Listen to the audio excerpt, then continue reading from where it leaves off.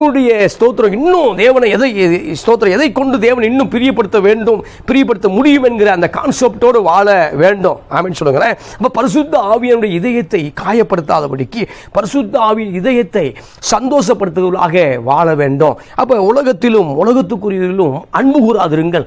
இன்னைக்கு உலகத்து மேல அதிக அன்பு கூர்ந்து கொண்டிருக்கிறோம், ஒரு பொருட்கள் மேல அதிக அன்பு கூர்ந்து கொண்டிருக்கிறோம். அப்ப தேவனிடத்தில் அன்பு கூறுவதற்கு பதிலாக உபாகம் புத்தகம் 6ஆம் அதிகாரம் 5 ஆண்டவர் சொல்லும் பொழுது, உன் தேவனாகிய கர்த்தரிடத்தில் முழு இருதயத்தோடும் முழு ஆத்துமாவோடும் முழு பலத்தோடும் அன்பு கூறுவாயாக. இதைத்தான் இயேசு மறுபடியும் ரீகால் பண்றார், மறுபடியும் பக்தர்களுக்கு ஞாபகப்படுத்துகிறார், சீசர்களுக்கு ஞாபகப்படுத்துகிறார். என்ன சொல்றார் அப்படின்னா, மத்தேயு புத்தகம் 22ஆம் அதிகாரம் 37 சொல்லும் பொழுது இதைத்தான் சொல்றார்.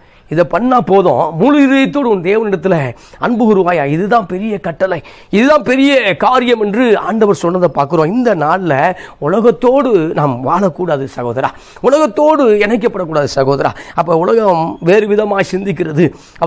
அவர்கள் சிலுவைக்கு பகைஞர் என்று அநேக முறை பவுல் சபைக்கு சொல்லிக்கொண்டே வருகிறார். இப்பொழுதும் சொல்லுகிறேன், அவர்கள் சிலுவைக்கு பகைஞர். இந்த நாளில் நாம் அநேக நேரம் தேவனை விட்டு என்ன செய்கிறோம், நம்ம உலகத்துக்குரிய காரியத்தை சிந்திக்க சிந்திக்க உலகம் நம்மை அதிகமாக அழுத்தி கொண்டிருக்கிறது, வெறுமையாக்கி கொண்டிருக்கிறது. அப்போ ஸ்தோத்திரம், தேவன் நிரப்பின அந்த இருதயம் இப்பொழுது வெறுமையாக்கப்பட்டிருக்கிறது.